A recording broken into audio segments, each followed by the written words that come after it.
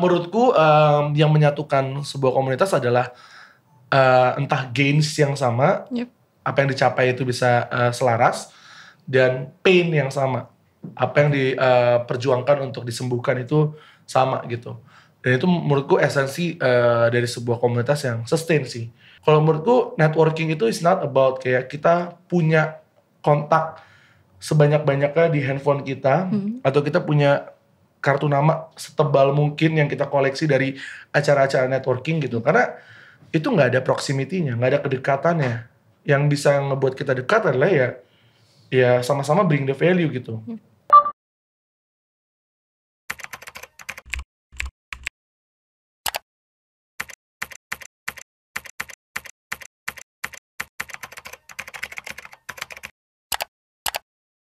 Hi everyone, welcome back to In Our 20s podcast, navigating life in our 20s, one step at a time.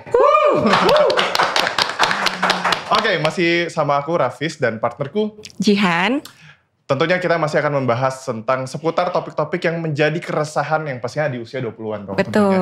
Dan hopefully kali ini juga kita bakal dapat banyak insight yang tentunya topiknya pasti akan lebih menarik lagi karena hari ini kita akan belajar gimana caranya untuk bisa bersosialisasi, tapi nggak cuma sekedar bersosialisasi, pastinya punya impact yang meaningful juga. Betul. Dan tenang aja, kali ini kita mendatangkan kembali narasumber yang pastinya keren banget. Ini kalau aku bacain bakal panjang banget, jadi siap-siap buat dengerin. Seseorang ini adalah initiator dari Minutes of Manager, CEO invipop.id. Kemudian dia juga terhubung dengan 13 profit non-profit organisasi, mentoring juga buat SMEs atau UMKM, dan juga sekarang sempat mengurusi kurang lebih 20 brand. Gila, itu banyak banget. Kita mungkin bisa nanya kayak, capek gak sih sehari-harinya? And please welcome Kak Irfan Fanbul Prabowo. Halo semuanya, Kak. thank you udah invite nih. Seru banget. Kak gimana nih kabarnya? Alhamdulillah baik gitu ya. Tadi ada mention capek. Iya, kayaknya baca profilnya aja capek gitu. Capek mah capek, kalian juga pasti capek ya. Bener. Ya, kabar baik sih. Sekarang lagi memulai hal baru aja nih. Lagi justru capek tapi excited juga gitu. Oke. Tadi kan udah diceritain nih sama Rafis profilnya gitu ya, CV-nya gitu. Tapi mungkin boleh diceritain lagi Kak, kayak sebenarnya seorang Fanbul ini sekarang on daily basis tuh lagi apa aja sih yang dipusingkan gitu. Iya, tapi sebenarnya menuju ke sana, kalau misalnya ditanya siapa sih Irfan Fanbul itu? Bener. Oke. Wow, ini pertanyaan yang jujur kalau misalnya ditanya lu siapa tuh agak susah menjawab. Iya gak sih, kayak biasanya orang menjawab adalah CV gitu ya. Isinya untuk yang ngejawab CV. Tapi kalau gue menjawab Fanbul ini apa dan siapa gitu ya. Kalau gue ngelihatnya gue ini adalah agregator gitu. Gue suka menjadi jembatan untuk banyak hal lah gitu. Makanya sebenarnya kenapa gue rintis Minutes of Manager, hopefully bisa jadi jembatan buat para teman-teman profesional untuk bisa belajar, berkoneksi, bertumbuh, dan juga berkolaborasi harapannya gitu. On daily basis gue sekarang baru 4 hari nih gabung Invia Group gitu ya, lagi ngerintis namanya Invipop as a CEO di situ. Jadi baru memulai di dalam sebuah IP powerhouse-nya Invia. Jadi masih clueless banget, baru 4 hari, jadi ya masih mode day zero relearn lagi sih. Gitu. New challenge lagi ya. Bener, New challenge lagi, bener. Ini menarik banget karena hari ini mungkin kalau orang yang kenal Fanbul gitu ya. Karena aku juga personally kenal, aku member dari Minutes of Manager juga. Orang pasti ngeliatnya kayak gila nih orang gitu ya. Kenalannya tuh banyak banget dari orang yang bentuknya A sampai Z tuh kayaknya ada gitu. Nah lucunya salah satu most common questions di umur 20-an. Umur 20-an ini kan baru keluar kuliah. Betul. Dan lagi exploring. Salah satu yang banyak banget kita tuh nanya berkali-kali kayak kasih topik dong. Mostly banyak yang nanya kayak ngomongin networking dong, ngomongin kayak community, ngomongin mentor gitu. Jadi kayak oke, ini kita kali ini mau ngajak Mas Fanbul gitu ya bahas tentang ini gitu. Apalagi sebagai initiator Minutes of Manager gitu ya. Oke, siap. Nah mungkin question pertama gitu. Siap. Why community? Apa sih artinya community untuk seorang Fanbul gitu? Oke, mungkin sebelum Fanbul yang sekarang, sebelum gue akhirnya ngerintis Minutes of Manager, sebenarnya back then ceritanya lebih panjang nih sebenarnya. Berkumpul, funbul dan berkumpul tuh dimulai dari sesuatu yang negatif justru, gitu. Jadi ini hal yang waktu itu gue tulis di esai beasiswa gue buat S2. Jadi itu tuh kayak gue disuruh nulis untuk kayak what is your leadership experience. Habis itu gue bilang bahwa gue adalah seorang agregator dan pengalaman pertama gue menjadi seorang agregator adalah memimpin tawuran. No. Tawuran yang gimana tuh? Tawuran zaman SMP SMA lah gitu. Makanya gue dulu drop out 3 kali dari SMP SMA gitu ya. Sempet gak naik kelas juga gitu. Sampai akhirnya gue ke Jogja. Jadi Jogja itu akhirnya jadi kayak semacam inkubasi untuk energi gue menjadi agregator nih. Jadi Jogja dengan kebiasaan yang santun, halus gitu, kayak funbul yang dulunya liar dan meletup-letup, di Jogja tuh energi kepake untuk yang lain. Nah itu awalnya justru berkomunitas di Jogja gitu. Dulu berawal dari letusan Gunung Merapi di tahun 2010. Datanya angkatan gue tua gitu ya. Jadi dan waktu Merapi meletus, gue jadi volunteer dan itu ngajak teman-teman ngumpul untuk ngajar di pengungsian gitu. Dari situ akhirnya terjebak enak gitu ya untuk akhirnya bikin komunitas, itu komunitas pendidikan gitu. Jadi Jogja, dan ya tadi total ada 13 komunitas yang gue join ataupun memang gue rintis bareng sama teman-teman gitu di Jogja gitu. Dan sempat waktu itu kayak ada di beberapa kota lain di Indonesia gitu sih. Jadi awalnya dari situ, dari Jogja, dan Jogja sangat berkumpul. Kayak kalau misalnya teman-teman di Jogja tuh misalnya datang ke sebuah coffee shop dan gak kenal sama siapapun di coffee shop itu, tapi cuman kenal sama baristanya aja, pulang-pulang kenal sama si coffee shop. Jadi dari ini masih kejadian sampai sekarang. Aku baru pulang dari Jogja, abis mampir sebuah coffee shop Tadasih di Jogja, datang cuma berdua, pulang-pulang kenal sama bersepuluh. Waduh. Tiba-tiba tahu-tahu follow-followan dan kayak ntar ada yang orang Jakarta juga, ntar ketemu ya di Jakarta ya. Terus habis itu kayak lo dari sini ntar bikin kolaborasi bareng dong gitu. Bayangin kayak 2 jam 3 jam pertemuan ngopi, tiba-tiba jadi sebuah pertemanan yang temboknya hilang. Nah sebenarnya awal mula berkomunitasnya justru dari situ, dari Jogja dengan kebiasaan berkumpulnya. Menarik karena aku juga aku kan kebetulan follow Mas Funbul juga gitu ya. Kan suka ngelihat kalau Mas Funbul ini kalau ngomongin komunitas itu ngomongin Jogja gitu. Kayak apa sih, mungkin ada gak sih sesuatu value di Jogja yang berhubungan sama ini tentang terkoneksi dan sebagainya macamnya? Oke. Ini adalah salah satu value yang aku juga implement di Minutes of Manager. Jadi kayak di Minutes of Manager aku bilang ada salah satu core value kita dalam berkumpul, yaitu adalah serawung. Serawung ini Jogja banget. Kalau diartikan, serawung itu adalah berkumpul, sama rata, sama rasa, dan bergotong royong.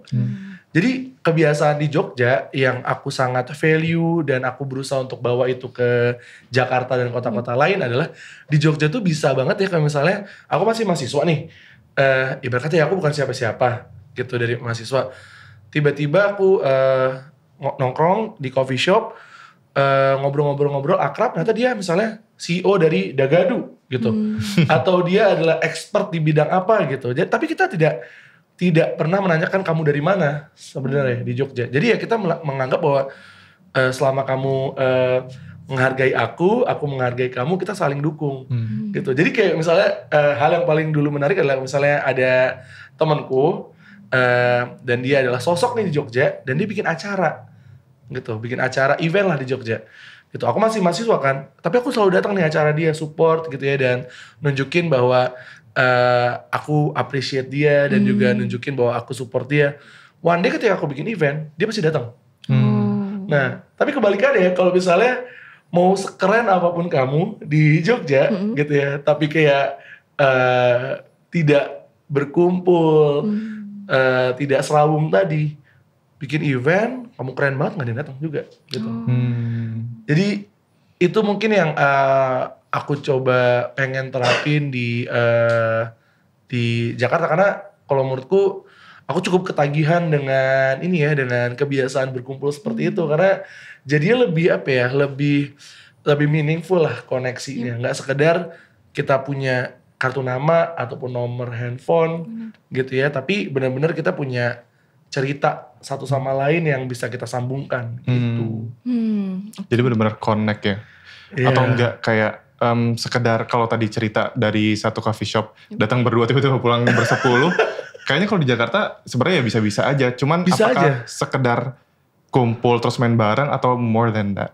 Ya sebenarnya kalau di dulu di Jogja gitu yang aku rasain adalah ada satu coffee shop masih ada sampai sekarang dan cukup terkenal sekarang. Dulu tuh jadi tempat awal kita berkumpul banyak komunitas, namanya Klinik Kopi. Nah Mas Pepeng ini tipenya kayak gini, kalau kamu datang ke coffee shop itu nanti Mas Pepeng bakal kayak, mau pesen apa Bul? Ini gitu. Terus misalnya Jihan datang, Han kenalin nih Fanbul dari sini. Wow. Wah Jihan ini dari sini Bul gitu. Udah ngobrol. Ditembak ya. Ditembak ngobrol. Abis itu di situ tiba-tiba jadi duduk, misalnya aku duduk dan waktu itu coffee shopnya lesehan. Jadi tiba-tiba yang aku cuma datang berdua jadi lingkaran ber-20. Wow. Dan masih sekarang ada yang udah nggak di Indonesia, ada yang di Bali, ada yang di Jakarta, ada yang di Jogja. Mereka masih berkumpul sampai sekarang. Gitu. Jadi masih ada grup WhatsApp barengnya gitu. Jadi ada grup WhatsApp ya? Ada grup WhatsApp ya. Jadi mungkin itu yang kayak sebenarnya bisa aja di Jakarta, dan mungkin ada beberapa tempat di Jakarta yang juga ngelakuin itu. Kalau aku sendiri sih ngeliat di Jakarta yang bisa melebur gitu ya tanpa dilihat kamu siapa, apa latar belakang kamu. Mungkin komunitas olahraga kali ya. Benar. Iya gak sih, kayak lari gitu kan tuh juga tiba-tiba bisa lari sama, ya gak peduli kamu backgroundnya apa gitu. Asal kamu secara sosial dan attitude itu menyenangkan, ya kamu bisa bergabung aja kan sebenarnya. Tuh. Menarik.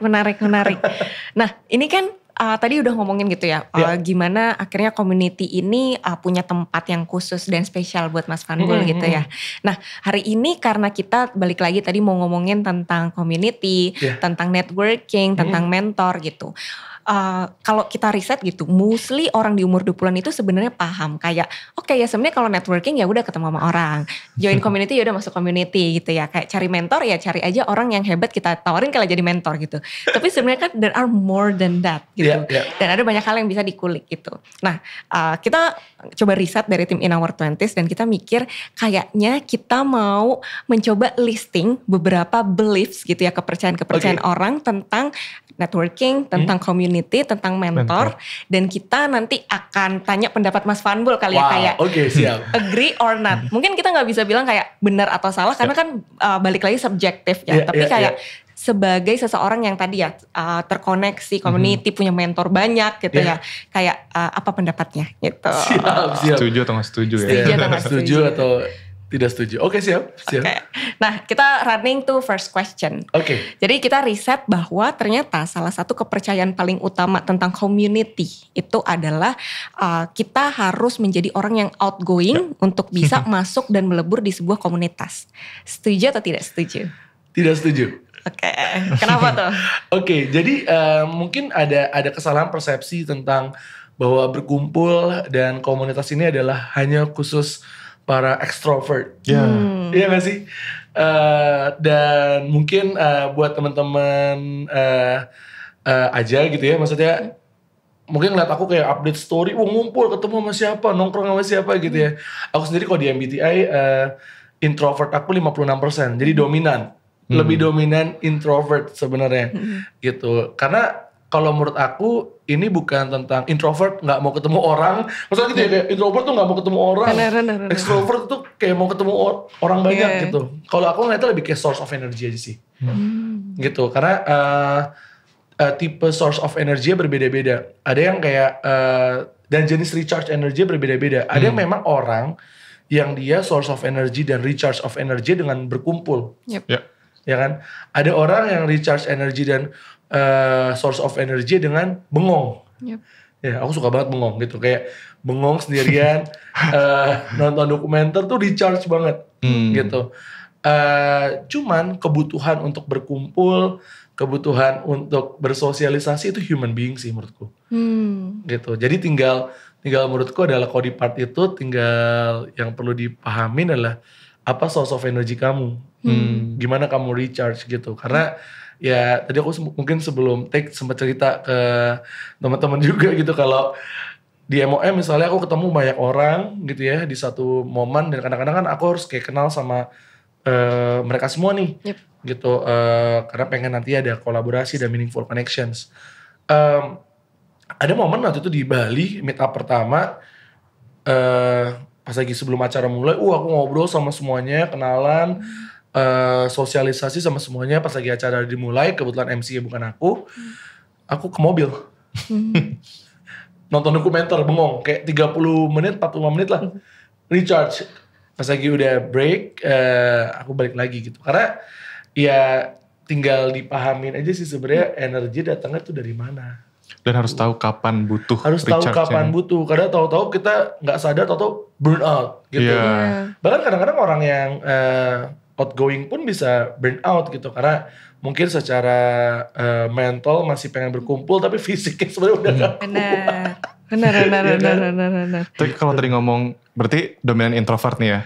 Lebih dominan ya. lah. How do you approach orang baru sih? Kayaknya sebagai introvert kayaknya itu bukan hal yang gampang sih. Iya. Kayaknya satu hal yang perlu dipahamin sebenarnya adalah susahnya di mana itu perlu kita mapping. Kalau aku sendiri, aku ngerasa hal yang paling susah buat aku adalah menerima penolakan. Gitu. Jadi kayak pas lagi udah ngobrol sih aman-aman aja menurutku gitu. Tapi aku agak susah untuk menerima penolakan sehingga untuk starting the conversation tuh berat. Iya, mulainya itu loh. Mulainya itu berat gitu. So ada banyak trik-triknya sih. Kayak kalau misalnya aku misal ke dalam satu acara networking atau acara komunitas gitu ya. Dan aku udah mapping duluan siapa yang mau aku ajak ngobrol. Dan dari yang aku mapping duluan itu, aku misalnya kalau di MOM kan bisa jadi aku yang ngundang nih. Jadi ya udah orang-orang yang mau aku ajak ngobrol aku yang ngundang, aku yang WhatsApp. Jadi pas lagi aku ketemu, aku udah bisa bilang kayak, aku yang WhatsApp kamu loh. Ya kan? Jadi udah kayak break the barrier dulu nih. Yang kedua, minta tolong sama teman, ya kan? Misalnya lagi dalam sebuah acara, terus kayak, pengen banget nih kenal sama si A gitu ya. Dan Jihan kebetulan kenal gitu ya. Han, nanti pas lagi acara kenalin dong ke si A. Terus ceritain gue ini backgroundnya ini gitu. Dan itu tuh fine loh kayak gitu. Jadi Jihan nanti kayak ngasih prolog ke si A break the barrier ya aku masuk gitu. Jadi sebenarnya kalau yang aku rasain memang di sebuah perkumpulan entah di Jakarta, Jogja atau di kota-kota lain atau di komunitas apapun perbedaannya cuman kayak tinggi temboknya aja. Tapi cara meleburkan tembok itu tuh ya ada beberapa cara, 2 cara yang biasa aku lakuin tuh kayak gitu. Jadi mapping dulu, coba approach dulu via digital dan aku tuh tipe yang sebenarnya memang easier buat aku mendingan ditolak di digital daripada ditolak langsung. Karena dulu kayak gimana yang ngasih muka kayak gimana ya kalau ditolak langsung ya gitu, kayak kalau dicuekin kan kadang ditolaknya bukan kayak nggak mau gitu, tapi kayak orangnya menunjukkan raut muka yang kayak nggak nyaman gitu. Nah, itu jadi aku coba lakukan itu di digital. Jadi dulu sering banget aku kayak zaman awal kuliah, di pertengahan kuliah waktu itu mau ketemu orang aku biasanya DM dulu ataupun chat dulu di zaman Facebook. Aku chat dulu di Facebook, LinkedIn gitu ya.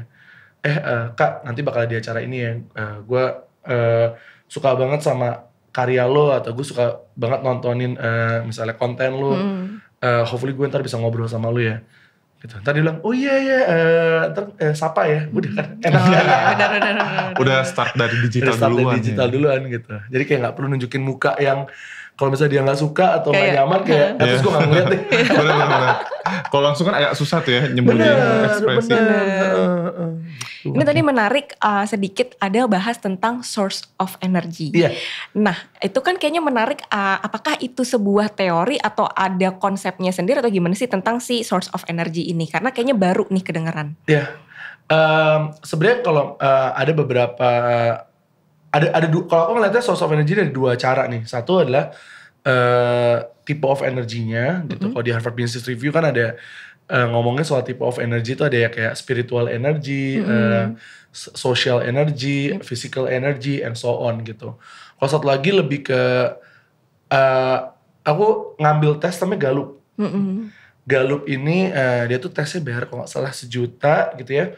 Dia itu ngelihat 34 traits gitu ya, karakteristik kita, terutama secara profesional itu seperti apa, yang dibagi dalam 4 kategori. 4 kategori itu adalah strategic, relationship building, influence, sama execution. Gitu. Dan tipe-tipe orang ini tuh berbeda-beda sebenarnya. Kalau orang yang relationship building di kantor, jangan ditaruh di dalam kantor. Suruh dia keliling ke komunitas-komunitas. Karena itu source of energy dia. Berkumpul, membangun relasi.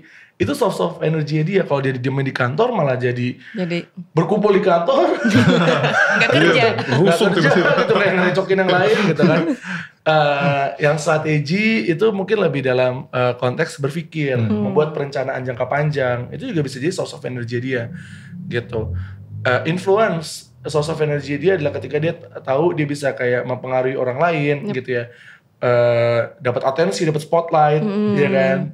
Execution dia source of energy ketika dia tahu bahwa ada checklist yang dia itu sudah selesaikan. Nah, dalam konteks bernetworking sebenarnya tipe karakteristik ini nih penting karena nanti kita tahu sebenarnya tuh kita tuh lebih energi kita itu tuh lebih cocok tuh dalam arti bukan berarti ada yang nggak cocok terus kita jadi nggak temenin atau nggak bernetwork sama dia. Tapi kan ada tipe, kamu tahu ya, misalnya kayak kadang-kadang kita ketemu sama si A, energi kita yang kekuras tuh lebih sedikit sama dari ketemu sama si B, sama si C. Nah, itu tuh biasanya bisa lebih kelihatan ketika aku di Gallup tuh lebih dominannya di strategi misalnya. Aku suka banget mikir, aku suka banget talking about ideas gitu. Jadi ketika ketemu sama teman gitu ya, yang suka ngomongin idea gitu kayak Jihan, ada beberapa teman-teman anak-anak MOM yang suka ngomongin idea, itu mau spending 2-3 jam maupun dia orang baru ya hajar aja gitu. Tapi ada kan orang mungkin lebih nyaman kayak mungkin bukan ngomongin idea tapi ngomongin kayak how's your day, feelings feelings dan semacamnya gitu. Bagi ada yang mungkin lebih cocok kayak gitu gitu ya. Nah kalau aku sendiri biasanya energi agak lebih kebanyak keambil tuh kalau untuk ngomongin hal-hal yang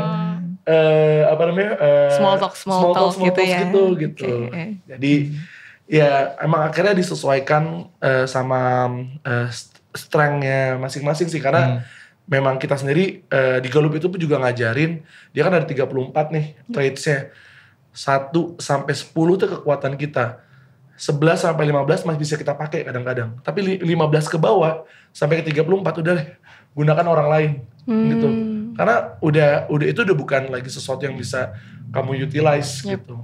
Oke. Gitu. Menarik. Kayak aku ngasih satu contoh di Gallup nomor 34 aku yang paling kecil adalah empati. Cewek aku Rizka nomor 1-nya empati. Waduh, kontras dong. Kontras. Jadi kita saling backup gitu. Rizka memang strategi tidak tinggi gitu. Gue strategi nomor 2, dia kalau nggak salah strategi di bawah 15 gitu. Cuman di dalam misalnya having a relationship sama orang-orang di sekitar kita, aku tuh nggak bisa peka. Jadi bukan berarti aku nggak empatik ya.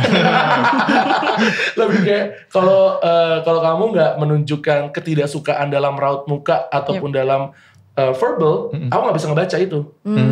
I cannot sense the problem gitu. Nah Rizka tuh lebih bisa, cewek gue lebih bisa nge-sense itu. Gitu. Jadi biasanya dia yang kayak lebih ngingetin gitu. Misal gue bikin sebuah script nih, gue mau ngomelin tim gue di kantor misalnya. Gue bilang, ini mah aman aja gitu. Terus gue kasih ke dia, what do you think about it? Kayak kata ini jangan kayak gini. Revisinya banyak. This is too harsh. Oh gitu ya. Gitu. Jadi lebih diingetin. Nah, and vice versa. Biasanya dia kalau misalnya untuk kayak sesuatu yang lebih kayak direct, yang butuh kayak giving a statement dan semacamnya, gue bilang kayak, ini kayak terlalu bertele-tele, lebih ini direct semacamnya. Jadi at the end of the day, it's not to be everything at once sih. Jadi kayak know apa yang kamu kuat dan manfaatin orang lain yang kamu lemah gitu. Ini sebenarnya bisa dipakai juga dalam mencari pasangan ya sebenarnya. Betul. Dalam mencari pasangan, dalam berkumpul gitu. Kalau misalnya aku nih energiku lagi dikit, di MOM kamu mungkin tahu Zaki sama Lutfi, iya kan? Yang extrovertnya kayak 9, mereka tuh di MBTI extrovertnya 90% ke atas. Wah ngerti, gue ngerti lagi. Tapi emang energinya dia kalau ketemu orang tuh bisa yang kayak misalnya dia lemes terus ketemu orang kayak halo gitu kayak dia ke-charge. Ada ya teman-teman ketemu manusia tiba-tiba kayak halo gitu. Kalau aku udah bisa lemes kayak ketemu orang kayak ngapain sih? Dia bisa halo. Nah akhirnya bagaimana akhirnya aku ketika aku memang lagi energiku untuk bersosial dikit, ya udah tapi harus gitu ya. Aku nempel sama mereka, gitu. Kayak dia nempel sama lo aja gitu. Jadi kayak gue misalnya ada kebutuhan buat misalnya kayak gue harus kebutuhan banget ini ada Jihan di acara ini dan gue harus ngomong sama Jihan. Boleh gak lu ikut sama gue? Jadi gue bisa ngomong bentar sama Jihan. Ketika yang lain nanti pada ngajak gue ngomong, lu yang ngomong. Do your thing gitu. Do your thing gitu. Nah itu sering banget. Nanti kamu kalau misalnya merhatiin, aku sering banget melakukan itu di MOM. Benar. Menarik. Tapi ini jadi menarik banget sih kalau misalnya kita udah tahu nih kayak source energy. Terus ini in terms of company or community gitu misalnya. Jadi kita bisa memberdayakan orang tuh masing-masing berdasarkan karakteristik gitu ya. Nah ini berhubungan dengan pernyataan berikutnya nih, Evan Bo. Setuju atau gak setuju? Kalau misalnya di sebuah komunitas itu, semua orang memiliki goals atau interest yang sama. Setuju. Oh, karena? Setuju. Menurutku yang menyatukan sebuah komunitas adalah entah gains yang sama, apa yang dicapai itu bisa selaras, dan pain yang sama. Apa yang diperjuangkan untuk disembuhkan itu sama gitu. Dan itu menurutku esensi dari sebuah komunitas yang sustain sih gitu. Jadi kayak ya menyelesaikan masalah atau mencapai hal yang mereka mau capai bareng-bareng gitu sih. Jadi kalau di MMM sendiri kan memang bisa dibilang kita purpose based ya. Jadi core value kita ada 4 tadi, kayak continuous learning, meaningful connection, and collaboration. Habis itu lagi adalah personal and professional growth gitu. Nah ini yang selalu kita komunikasikan sehingga yang datang pun yang punya challenge atau pains dan juga tujuan yang sama gitu. Dan itu yang malah yang lebih bikin sustain. Pasti ada yang datang punya tujuan dan maksud yang berbeda. Tapi believe me, dari dulu di Jogja bikin beberapa komunitas selama bertahun-tahun, pasti yang sustain, yang stay adalah ketika mereka ngerasa bahwa gue punya mimpi yang sama nih yang mau gue capai. Kayak gitu. Oke, ini ada one question. Let's say mereka punya goals yang sama, mimpi yang sama. Tapi bisa jadi vision atau perspektif orang kan nggak tentu 100% sama gitu. Betul. Apakah ini akan menjadi linear dengan praktikalnya? Kalau menurutku nantinya pada perjalanannya di sebuah komunitas, memang akhirnya yang paling penting adalah bagaimana tujuan ataupun visi misi itu bisa disampaikan dengan bahasa yang semudah dan sefamiliar mungkin buat siapapun gitu. Sehingga nantinya itu yang merangkul satu sama lain gitu. Karena kalau dulu sempat ngobrol sama siapa aku lupa, by data umur komunitas tuh sekitar 2-3 tahun sustainability-nya. Di Jogja sama 2-3 tahun karena biasanya udah lulus kuliah, mereka meninggalkan komunitasnya dan semacamnya gitu. Yang sustain pasti yang punya amarah yang sama atau mimpi besar yang sama sehingga mereka nge-create sebuah narasi untuk membuat komunitas ini berkelanjutan terus menerus. Jadi ketika turun ke bawah narasinya itu sama gitu. Karena at the end of the day menurutku komunitas itu kan sebuah simbol kecil dari negara dan kota misalnya. Apa sih yang menyatukan Indonesia? Kan narasi sebenarnya. Iya gak sih? Soekarno mengumpulkan Indonesia menjadi satu negara saat itu kan dengan narasi. Dengan narasi Bhinneka Tunggal Ika, dengan narasi persatuan gitu. Jadi di komunitas pun sama menurutku. Dalam skala yang jauh lebih kecil, yang mempersatukan mereka justru ada narasi itu. Ya narasi itu diambil dari visi dan misi komunitas itu gitu. Dan itu yang bakal lebih long lasting. Kenapa komunitas tadi 2-3 tahun itu mungkin mati suri atau hilang gitu. Mungkin dia tidak cukup memberikan narasi yang bisa diterima semuanya. Mungkin saja tujuannya berbeda-beda gitu. Mungkin saja mereka berkomunitas karena sosok A. Ya kan? Aku ikutin sosok A nih karena sosok A ini kayaknya keren dan semacamnya aku ikutin. Ketika sosok A hilang. Komunitasnya hilang.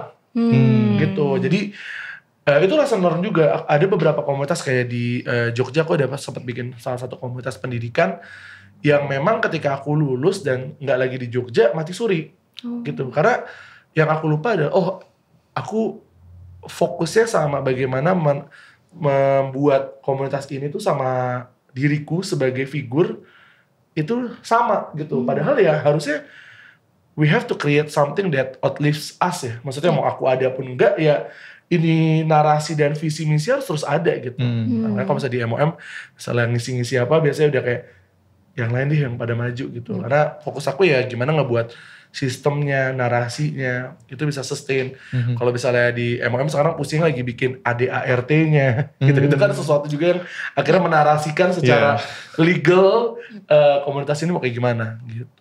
Berarti kalau kita ngomongin kadang sebenarnya ini sih, karena yang kita lihat adalah komunitas itu kan banyak.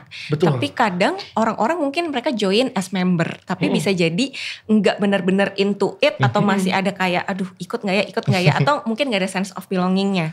Berarti kalau yang aku tangkap adalah mungkin sebagai POV-nya kalau kita yang bikin community-nya atau organizer community-nya, mungkin PR-nya adalah mengkomunikasikan tadi narasi dan amarahnya lebih lagi gitu ya. Bener, itu yang harus selalu dikomunikasikan secara terus menerus, secara reguler gitu. Karena itu yang akhirnya nyangkut di kepala para member dan akhirnya kita nggak akan bisa sustain ketika selalu kita yang ngebuat kegiatannya atau mengorganize gitu kan. Kita pengen setiap member dari komunitas ini juga akhirnya bergerak sesuai passion, pain point dan gains-nya masing-masing gitu.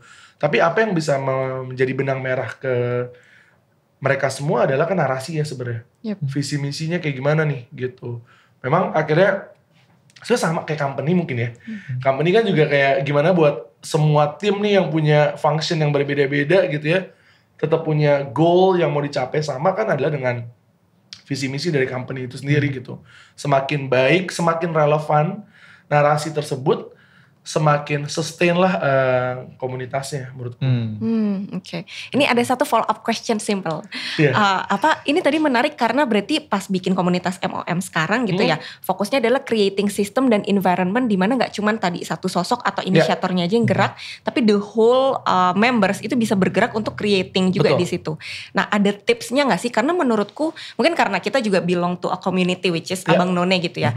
Salah satu challenge paling besar adalah jujur susah untuk tadi bikin gimana caranya ini tuh environment semua orang tuh mau gerak for this community gitu. Kayak apa sih specific thingsnya yang dilakukan dan tipsnya untuk tadi bisa meng-engine supaya community ini tuh gerak semuanya gitu di dalamnya. Wah oke. Pertanyaannya sangat sulit. Karena gini mungkin disclaimer sedikit, I'm not an expert di hal ini, jadi kayak yang aku lakuin itu lebih kayak learning by doing gini, babat alas lah gitu, sambil relearn lagi, sambil ngobrol sama para member ataupun pengurus gitu. Yang aku lakuin adalah sebenarnya sama pengurus-pengurus yang lain, memang lebih ke contoh di MOM ini tuh ada pengurus, ada member. Nah, tapi bagaimana kita ngebuat ini jadi nggak top down? Di setiap kegiatan tuh ada steering committee, ada organizing committee. For example, steering committee secara maupun mau dia di kantor jabatannya dia manager atau spesialis, organizing committee maupun dia head atau VP ya dia harus nurut sama steering committee. Gitu. Steering committee yang bisa dikoreksi atau dikasih feedback sama si pengurus lain. Tapi pengurus lain nggak bisa ngasih feedback ke organizing committee. Gitu. Jadi kita kan create ibarat kata squad kecil yang mereka bergerak secara independen, tapi tetap dijagain secara garis besarnya. Karena kalau menurutku apa sih yang ngebuat mereka akhirnya mau jadi pengurus ataupun jadi member? Satu benang merah yang aku lihat dari MOM gitu ya. Kan motivation orang tuh macam-macam. Pasti ada yang kayak monetary motivation gitu ya. Dapat uang atau enggak. Di MOM udah jelas gak dapat uang. Yang ada mereka malah ngeluarin uang tuh kayak buat transport jadi panitia gitu ya. Pergi kemana-mana juga kan pasti dapat ngeluarin uang gitu. Terus yang justru paling powerful adalah fulfillment sih. Gitu. Mereka ngerasa bahwa after I do this, gue ngerasa bahwa knowledge gue, waktu gue, energi gue itu meaningful. Sesuatu yang mungkin seringkali kita lacking off ketika di kantor. Ya kan? Jadi kayak mungkin di kantor ya udah kita udah business as usual. Kadang-kadang aku juga sering juga ngerasain kayak di kantor kok kayak nggak ada fulfillment-nya ya gitu. Ya udah fulfillment-nya aku cari dari komunitas gitu. Kantor deh cari monetary benefit aja gitu. Dan gak salah juga menurutku kan. Karena kamu bisa cari itu dimanapun gitu. Dan di sisi lain growth itu bisa dapat juga dari kantor. Tapi bisa juga nggak didapat di kantor. Ya udah kita cari jalur lain. Nah kebetulan MOM juga bisa ngebantu growth gitu. Karena di MOM nih ya sangat fluid secara struktur dan membershipnya. Kadang-kadang ada yang nge-lead yang mungkin secara tadi ya title di kantor lebih junior, tapi yang timnya malah jauh lebih senior. VP di kantor yang di lead ini, yang nge-lead adalah dia levelnya junior manager gitu. And that's fine gitu. It's a part of the growth process juga gitu. Menarik. Tapi ini jadi kurang lebih menjawab tadi sebenarnya mau nanya kayak lebih susah mana menanamkan mindset barusan yang Kak Vanbul bilang ke organisasi yang profit sama non profit. Kayaknya kalau non profit yang sering kita lakukan tuh kayaknya lebih susah deh buat nanamin mindset self belonging itu.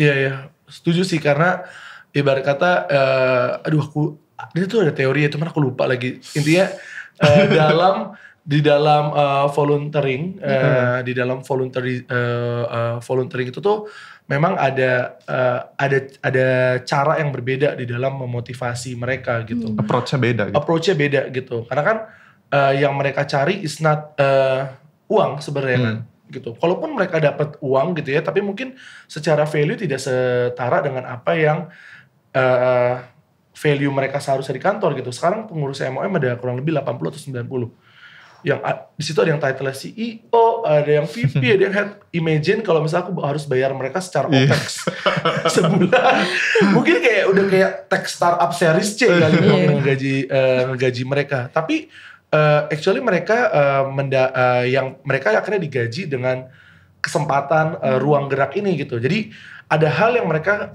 di kantor nggak bisa lakuin dan kebetulan mereka bisa lakuin di MOM gitu.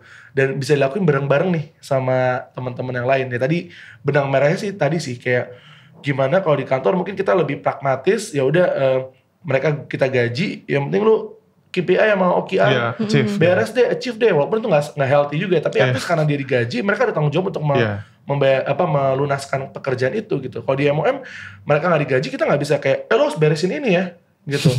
Biasanya kita harus kayak bangun juga tuh narasi-narasi, lo kalau ini nggak beres, ini akan kejadian kayak gini, ini yang kejadian kayak gini. Jadi dia akhirnya kayak, gue harus menyelesaikan ini biar fulfillment-nya dia bisa dapat gitu. Biar growth-nya dia bisa dapat gitu. Jadi kayak hal-hal non-monetary lain yang harus didorong ke mereka biar akhirnya mereka mau spend their time and energy. Karena itu sesuatu yang kayak mahal banget di MOM gitu sih. Oke. Ini menarik bahas komunitas. Ini kalau orang mau bikin komunitas bisa nonton ini dapat banyak loh. Maksudnya jadi tahu loh. Tapi ini kita lanjut masuk ke statement selanjutnya tadi ke belief selanjutnya gitu. Tadi kita ngomongin community, which kita ngomongin juga networking ya, secara nggak langsung. Ternyata banyak kepercayaan atau beliefs di luar sana itu adalah networking is about self promotion. Nah, setuju atau nggak setuju? Nggak setuju. Nggak setuju. Kenapa tuh? Gini, kalau misalnya seberapa banyak sih kita bisa menerima informasi dalam sehari gitu, with all the distractions and content and information yang kita terima di setiap harinya gitu. Mungkin teman-teman di sini bisa ngeliat konten di Instagram atau di TikTok tuh bisa ratusan konten. Ketika ketemu informasi yang teman-teman terima, mungkin ada puluhan ratusan informasi setiap harinya. Ketika yang ditonjolkan dari bernetworking adalah mendeliver informasi dan berjualan, lupa udah yakin orang gitu. Jadi yang harus didorong adalah value to value ataupun cerita sebenarnya, story. Ya kayak prinsip di marketing juga lah. Ya kan kayak don't bring the information tapi bring the narrative kan sebenarnya. Yang itu yang bikin nyangkut di kepala gitu. Ada temen yang dia cara networking cukup unik. Mungkin nggak bisa diterapin sama semua orang, tapi dia ngomong adalah, gue kalau misalnya ketemu orang itu harus inget sama gue. It's not about gue siapa, tapi at least orang itu harus inget sama gue. Yang dia lakuin, dia pernah dalam satu acara ada menteri nih, Dia maju ke depan. Pak, Bapak itu alasan saya berdaftar di organisasi ini. Terus abis itu dia pokoknya sering melakukan hal-hal kayak gitu. Dan suatu saat ketemu lagi, dia cuma bilang kayak, Pak, saya yang nunjuk-nunjuk Bapak di acara ini loh. Oh, saya ingat kamu. Gitu. Nah itu akhirnya sebenarnya kan itu adalah jadi punya cerita. Gitu ya. Mungkin hal-hal yang paling simpelnya adalah kayak bring the common common story yang bisa diangkat gitu. Kalau dulu waktu aku zaman di agensi, aku pernah tutup pitching sama salah satu pejabat di Bank Indonesia gitu. Terus kayak, duh gimana ya, dulu baru lulus nih, mau pitching ke salah satu pejabat di Bank Indonesia, baru lulus, dan yang aku lakukan adalah yaudah aku coba stalking Facebook dan juga LinkedIn-nya dia. Oh ternyata dia lulusan Jogja. Oh ternyata dia suka Liverpool. Jadi yang aku lakukan adalah kayak, Pak, aku nyapa pakai bahasa Jawa gitu. Habis itu dia kayak, dari mana gitu? Saya UI Pak, Jogja juga. Bapak juga Jogja juga toh? Iya Jogja juga. Nyambung. Habis itu kayak, Pak, dengar-dengar Bapak juga suka Liverpool. Oh iya. Gitu. Jadi akhirnya ada story yang nyambung dan relevan dan bisa diingat. Nah di sisi lain, poin kedua adalah bring the value sih. Kalau menurutku networking itu is not about kayak kita punya kontak sebanyak-banyaknya di handphone kita, atau kita punya kartu nama setebal mungkin yang kita koleksi dari acara-acara networking gitu. Karena itu nggak ada proximity-nya, nggak ada kedekatannya. Yang bisa ngebuat kita dekat adalah ya sama-sama bring the value gitu. Dan bring the value is not about monetary value ya. Bisa jadi kayak sesimpel kayak Pak, kebetulan Bapak misalnya kita tahu bahwa dia itu bergerak di bidang apa dan punya kebutuhan apa, dan besok kita cerita bahwa kita punya apa dan bergerak di bidang apa, dan akhirnya kayak value match, dan akhirnya suatu saat bisa terkoneksi lagi gitu ya. Dan misalnya aku minta kontak sama orang gitu ya, minta kontak sama orang di sebuah pertemuan, dan aku tahu nih aku bakal cocok banget nih sama dia secara value gitu ya. Tapi pertemuannya pertemuan sekilas. Yang kayak misalnya pas-pasan dikenalin sama teman gitu ya, lalu sekilas ya pasti aku langsung kayak minta kontaknya dia, aku chat, habis itu kayak izin ya gue chat ke lu ya, WhatsApp, WhatsApp, habis itu kayak pasti aku follow up discussion. Tapi follow up discussion nggak langsung jualan, kayak ya ketemu aja kasual, kayak friend to friend. Karena ketika udah sampai ke, aku punya Google Sheet yang isinya adalah Funbull connection. Wow. Nah, isinya itu ada level proximity-nya. Kayak misalnya ada si A, level proximity-nya adalah cold. Jadi mungkin pernah pas-pasan tapi ya udah nggak kenal gitu. Tapi dia mungkin temannya teman gitu. Lalu ada casual. Ya udah ketemu nih, pernah ngobrol gitu. Lalu ada trusted, pernah kolaborasi bareng, pernah acara bareng, atau dia pernah tahu kayak my capability di mana. Yang satu lagi inner circle. Nah, sebenarnya pengennya kan semua koneksi kita masuk ke inner circle. Ya kan? Maksudnya at least pernah ngobrol, kenal secara personal, dan juga tahu value kita satu sama lain apa gitu. Dengan harapan nextnya ketika ada apapun yang dibutuhkan, it's easier buat kita untuk building the bridge gitu. Nah, itu sih yang mungkin kadang-kadang suka lupa bahwa ya udah kayak yang penting gue udah kenal dia, udah pernah ketemu, berarti dia adalah network gue. Belum tentu ya. Iya. Gitu. Tapi ini jadi seru sih. Ya berarti first thing to do, always do research ya. Always do research, benar. Tapi ini aku jadi ada pertanyaan menarik buatku. Kalau misalnya kita harus selalu membangun story gitu, apakah jadinya nanti Kak Funbull akan membenarkan fake it till you make it for the sake of being likable? Who knows, segera itu jawabannya. Iya. Sah atau enggak? Menurutku itu bakal ketahuan anyway sih. Jadi kayak kalau aku disagree sama itu, karena at the end of the day, again kan kita want to build a meaningful connection sama orang ya. Kalau untuk diterima aja kita starting it wrong, kayak itu bakal susah untuk akhirnya kita bener-bener kayak ngebangun true relationship sama orang sih gitu. Ya mungkin di awal-awal bisa jadi hook dan akhirnya kayak gue tahu nih sih ini, tapi kan kayak once, dan people tell stories ya. Kayak ngebangun network dan relationship tuh butuh waktu lama banget. Ngancurin cepet banget cuy. Ya gak sih? Sesimpel, mungkin bukan hal yang kayak gitu ya, bukan hal yang sampai berbohong atau fake it gitu ya. Sesimpel kayak kita lagi ngebantu jadi freelance buat teman kita. And then one day, tiba-tiba pekerjaan kantor kita lagi banyak, freelance kita keteteran. Gitu. Our friends could tell that story to their friends juga, ya kan? Jadi memang akhirnya yang harus dilakukan adalah sebenarnya sebelum dia menceritakan itu adalah mengklarifikasi, minta maaf dan semacamnya gitu, dengan harapan proximity relationship kita tidak berkurang. Yang awalnya udah trusted, tiba-tiba turun lagi jadi kasual, ya kan? Gitu. Jadi menurutku itu short term banget karena akhirnya nantinya in the long term bakal susah di maintain-nya gitu. Karena kan akan dipertanyaan, are you that eligible atau capable, ya gak sih? Jangka waktu dan value-nya itu tadi. Betul. Makin menarik ya. Karena kan kadang orang butuh untuk diterima, butuh untuk menjadi disukai. Benar. Dan menurutku yang aku mungkin jadi catatan adalah is it okay untuk ditolak kok di awal-awal. dan kayak misalnya dulu ya, jujur aja dulu waktu aku baru dari Jogja ke Jakarta, aku tuh lumayan culture shock. Walaupun aku orang Jakarta ya, Depok lah lebih tepatnya gitu. Sama. Depok juga.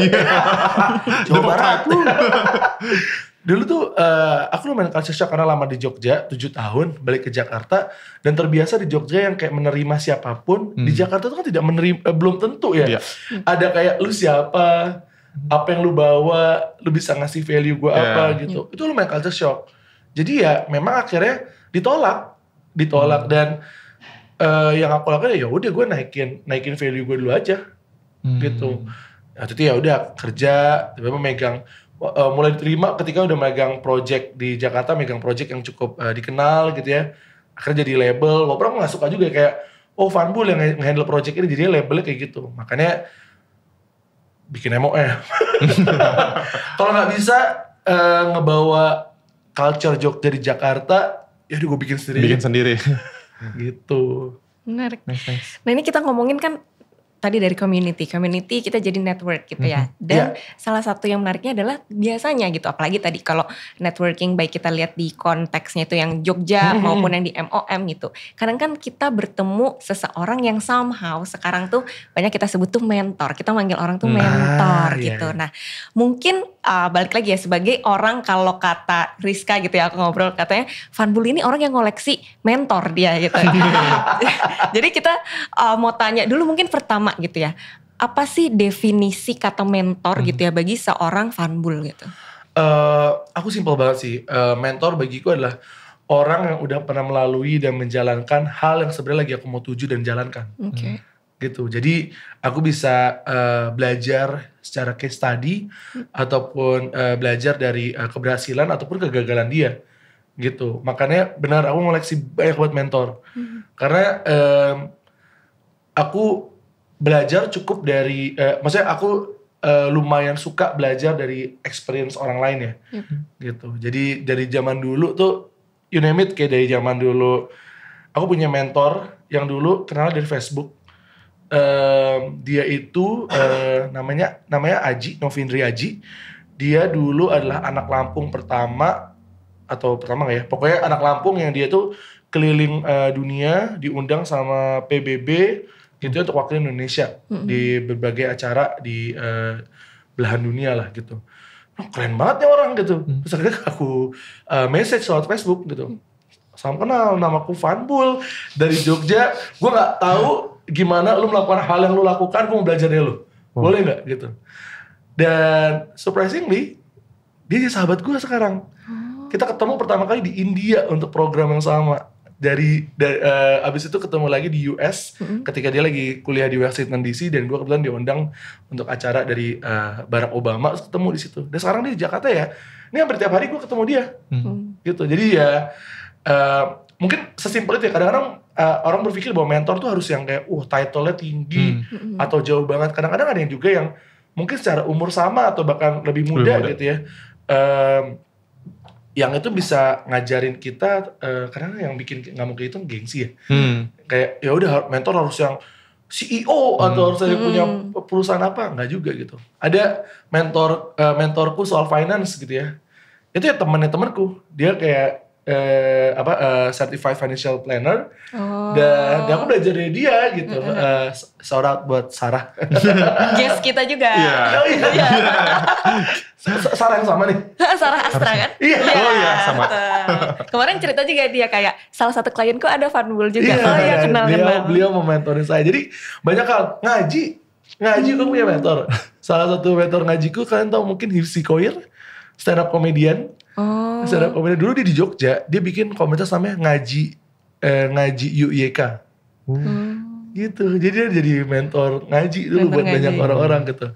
Apa nih? Banyak nih pokoknya ya aku selalu menamakan orang-orang yang aku berguru dari dia mentorku lah gitu. Yang dicari experience-nya.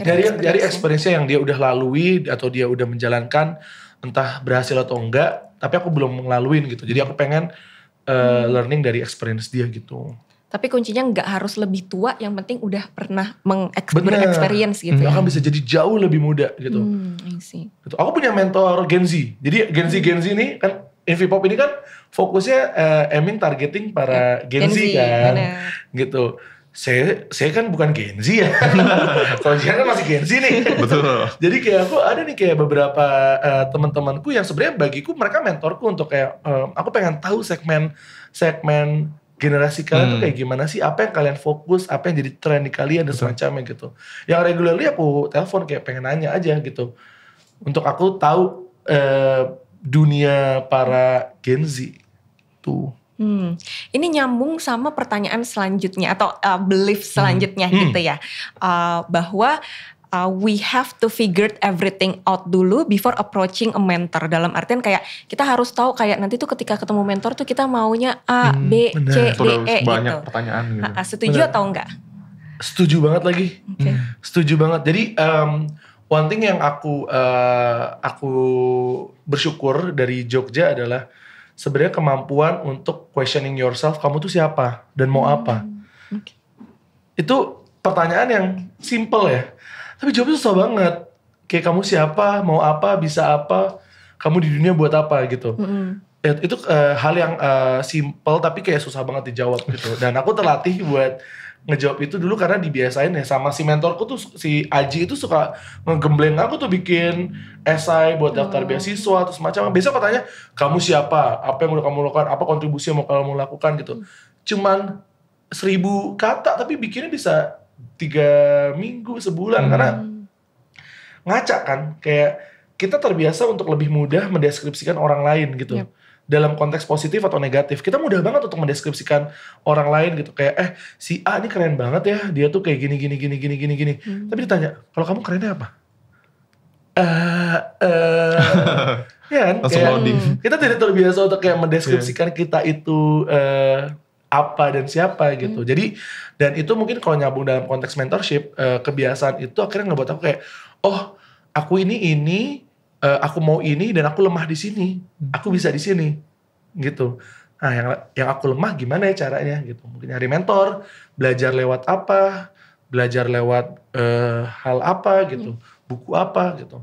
Nah hal yang aku bisa, aku mau lakuin apa dengan hal yang aku bisa nih gitu. Jadi dan itu aku lakuin secara rutin gitu. Makanya aku biasanya kalau mungkin teman-teman tahu suka jalan kaki pagi buat kayak reflect kayak saya ini siapa ya. Gitu sih. Jadi seperti itu. Tapi in terms of mentor, apakah jadinya Kak Funbull expect seorang mentor itu punya semua jawaban? That's a good question. Menurutku enggak. Gitu. Karena mungkin ada juga hal yang perlu dijadi catatan adalah mentor itu bukan berarti ngasih guidance ya. Gitu. Maksudnya bukan berarti kayak dia ngasih A dan kita harus ngikutin plek A gitu atau B gitu. Yang ibarat kata mentor itu ngasih ingredients, ya kan? Ingredients yang kita mungkin nggak tahu, tapi yang masak tetap harus kita, ya kan? Jadi kayak banyak orang yang kayak wah dapat mentorship apa dia plek melakukan kata mentornya dan fair-fairan gak semua mentor itu bisa mentorin. Jadi maksudnya gini, ada beberapa mentor yang memang dia terbiasa udah sharing, dia cuma ngasih tahu apa experience dia tanpa kayak lu tuh unik loh, you do what you have to do yang mungkin berbeda sama gue. Terus harusnya kayak gitu kan, mentor kan harusnya ya dia cuma menceritakan apa yang bagi dia pernah dialami. Tapi kan ada juga yang kayak mendikte, lo harus kayak gini, harus kayak gini. Nah itu juga penting juga finding the right mentor juga sih, gitu. Karena instead of like jadi guidance, nanti bisa jadi distraction kalau enggak gitu. And having too many, dalam segala konteks, having too many input kan juga memusingkan ya. Jadi kalau menurut aku ya, analoginya adalah ketika kita sudah belanja all the ingredients, tugas kita tetap harus kita yang memasak gitu. Dia mikir gitu ya, dari all the insight apa nih yang sebenarnya menu atau buat masakan kita sendiri gitu. Sama kita sendiri. Kayak gitu. Berarti kalau dalam satu hal itu, apakah kita cukup satu mentor atau sebenarnya kayak punya banyak POV dari mentor lain juga oke aja? Kalau aku sih itu depends sih. Jadi kayak ada beberapa hal yang aku mentornya cukup banyak gitu ya. Ada mentornya ya cuma satu aja gitu. Karena ada hal yang mungkin butuh beragam perspektif. Ada hal yang cukup simpel kayak misalnya financial gitu ya. Ya udah aku sih sama Sarah aja karena emang masalahnya udah bisa dia selesaikan dengan insight yang dia punya gitu. Jadi ya udah gitu. Kalau misalnya makin banyak input kayak aduh pusing malah gak dilakuin. Benar. Jadi bingung mau yang mana. Bingung mau yang mana karena kan pasti ada perspektif yang berbeda tapi sebenarnya sama-sama benar dan sama-sama baik gitu. Tinggal pilih yang paling cocok sama kita kayak gimana. Gitu. Too many input juga menurutku ketika kita tidak bisa menyaring juga akhirnya lumayan distraksi sih. Ini mungkin salah satu yang banyak ditanyakan juga adalah following up questions-nya. Apakah hubungan mentor itu sesuatu yang formally agree kayak Mas jadi mentor aku dong, Mbak jadi mentor aku dong, atau biasanya tuh gimana sih step to stepnya at least di experience-nya Kak Fanbul gitu? Oke, kalau menurutku memang dari awal selalu menyampaikan intensi sih. Jadi kayak aku punya masalah ini, aku mau mencari jawaban atau pendapat si mentornya tentang ini, mau apa enggak gitu. Jadi emang harus ada mutual agreement ya dari dia. Karena bisa jadi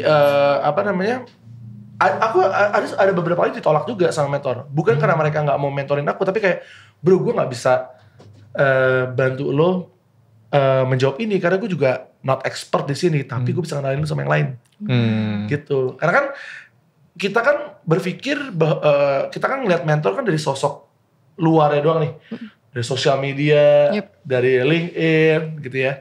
Dan kita nggak tahu sebenarnya dia tuh secara isi kepalanya seperti apa. Ya kadang-kadang ketika kita approach, ya dia nolak mungkin untuk ngarahin ke yang memang lebih relevan buat ditanyain gitu. Jadi ya memang mendingan intensinya disampaikan sih. Dari dulu aku misalnya, terutama yang cold approach ya.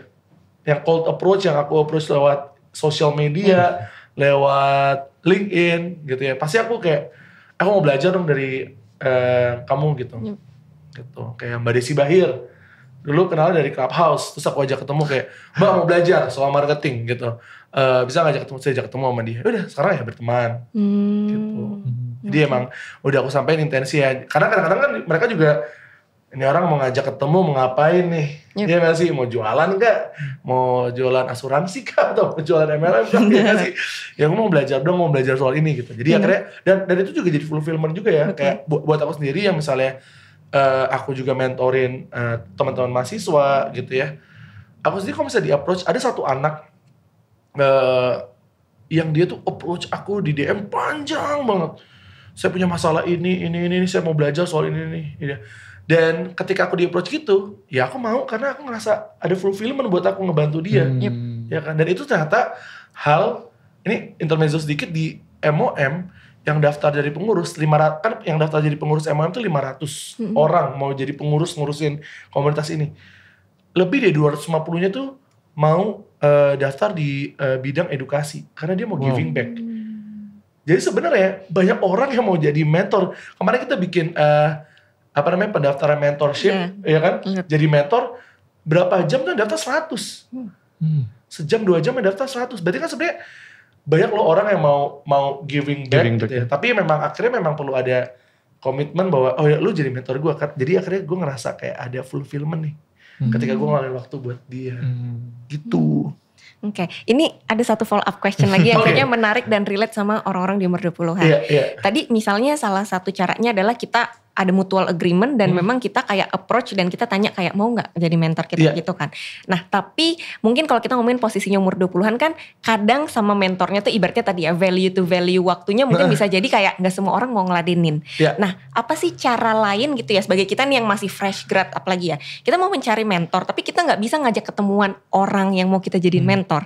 Apa aja sih cara-cara lain supaya at the end kita tetap nih punya mentor-mentor yang kita bisa dapat pelajarannya gitu. Oke. Kalau aku sih memang gak semua mentor aku tuh aku tanya dan aku ajak ketemu ya. Karena mungkin komitmen waktunya susah. Aji tadi ada Aji yang ngajarin aku buat beasiswa. Ada satu lagi Aji, grup CEO-nya Invia Group. Dia juga mentor aku dulu buat aku nanya soal kayak MOM nih, pengembangannya gimana. Dan itu tuh aku, dia orangnya sangat tidak suka ketemu manusia. Jadi kayak dia kayak susah diajak ketemu lah, susah banget diajak ketemu. Jadi aku bilang kayak, bro, tell me kapanpun lu free, gue telepon. Jadi gue biasanya kalau sama dia, nelpon dulu jam 6 pagi. Wow, karena dia bisa ya? Karena dia bilang kayak, gue free ya cuma dari jam 6 sampai jam 8, setelah itu udah kayak full. Ya udah gue telepon jam 6 pagi. Ya, dia kayak bikin kopi, kelenting, gue telepon gitu. Ya udah nanya-nanya banyak hal gitu.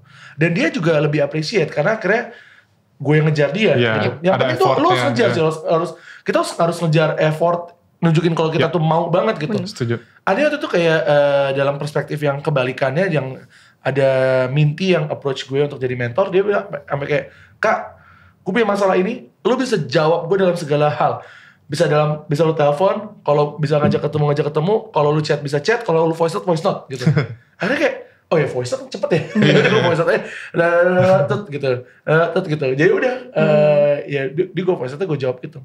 Itu banyak banget orang-orang yang dia itu gue jawab pertanyaan lewat voice note karena lebih kayak komitmen waktunya lebih sedikit gitu. Jadi sebenarnya ya kejar aja cara yang paling nyaman dia bisa lakuin sih. Kadang-kadang kita mungkin terpaku kayak oh ini harus ketemu offline dan semacamnya gitu. Karena gak semua mentor itu energinya juga bisa besar ketika ketemu ya gitu.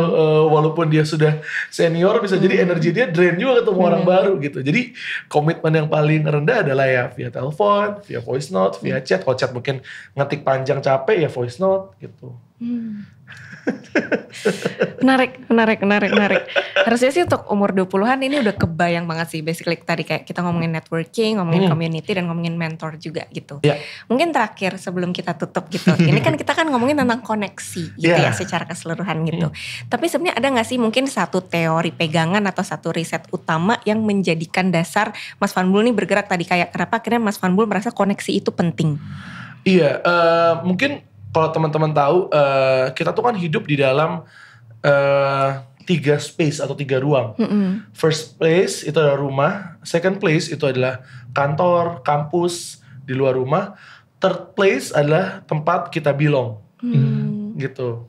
Dan third place ini adalah something yang sebenarnya di urban itu mulai lacking off.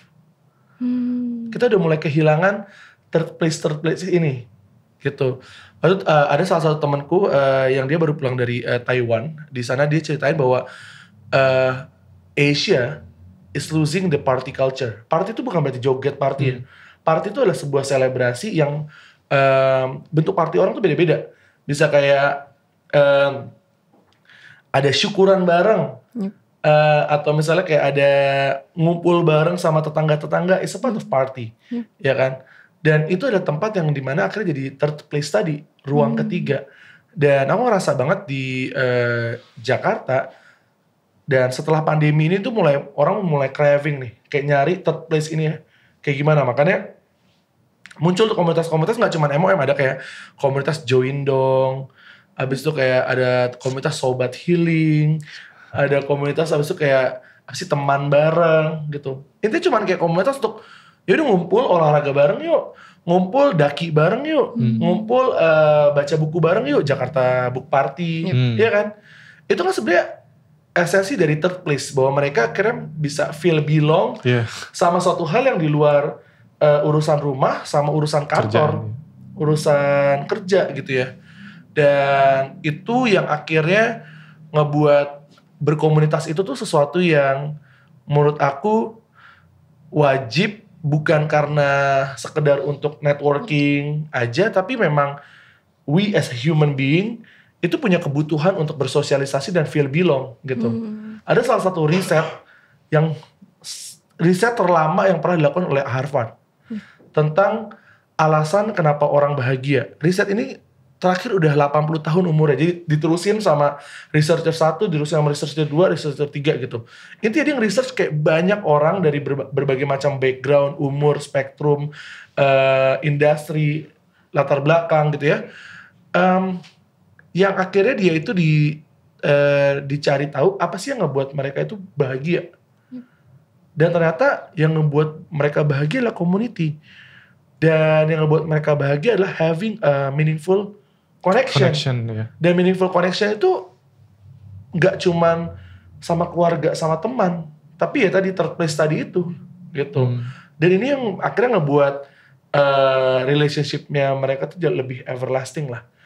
Gitu. Kalau di ini kan risetnya di US lah, mungkin kalau di sana konteksnya nggak selalu tentang keluarga, ada juga kayak ya komunitas-komunitas kecil di setiap distrik-distrik mereka gitu, bergantung sama mungkin latar belakang mereka gitu. Jadi itu sih yang mungkin akhirnya kayak ya berelasi, bernetworking, dan juga memiliki network itu tuh adalah ya bagian dari menjadi manusia gitu. Oke. Jadi renungan. Aduh. Refleksi. Oke, kayaknya di sesi kali ini kita udah ngobrol banyak banget, Mas Fanbul. Thank you so much udah sharing banyak hal gitu. Karena mungkin buat kita yang juga kita connect sama community, sama network dan lain-lain juga, ini menurutku sangat bermanfaat sih. Nah paling terakhir, karena ini in our 20s dan di umur 20-an gitu ya, sekalian colong-colong dikit, sebagai seseorang yang udah melewati umur 20-an gitu ya, dan udah melewati banyak hal gitu ya Mas. Iya, tapi kalau misalnya bisa kembali lagi gitu ya, ketemu nih misalnya sama sosok Fanbul di umur 20, baru kayak oke, 20 tahun gitu mau menjalani hidup gitu. Kayak apa sih yang akan dibilang ke ini sosok Fanbul yang baru 20 tahun dan mau menjalani hidup umur 20 tahunan gitu? Wah, sebagai yang sudah menyentuh kepala 3 gitu ya. Dan kayaknya mungkin nanti teman-teman akan ngerasain ketika sudah menyentuh kepala 3 bahwa satu hal yang dirasain adalah semuanya akan baik-baik saja kok gitu. Hopefully. Semuanya akan baik-baik saja, hang in there gitu. Berat sih tapi aman, bisa kok. Aman aja kalau anak-anak MOM kayak aman aja. Oke, sip. Thank you so much Mas Fanbul. Thank you teman-teman udah undang, seru banget. Thank you so much. Mungkin buat teman-teman yang ada pertanyaan-pertanyaan belum terjawab nih, kita bisa hubunginnya kemana nih Mas Fanbul? Instagram aku @fanbul, FANBUL. Langsung komen, DM aja langsung bahkan ya. Oke, sekali lagi terima kasih banyak Mas Fanbul sudah main-main di Our 20s. Dan semoga nextnya kalau kita ada kegiatan-kegiatan di luar podcast bisa join kali ya. Let's go dong kita collab. Sekali lagi terima kasih Mas Fanbul.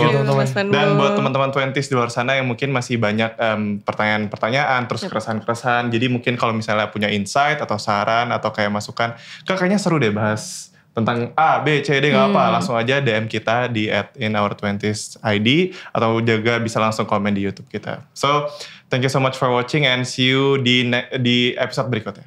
Bye-bye.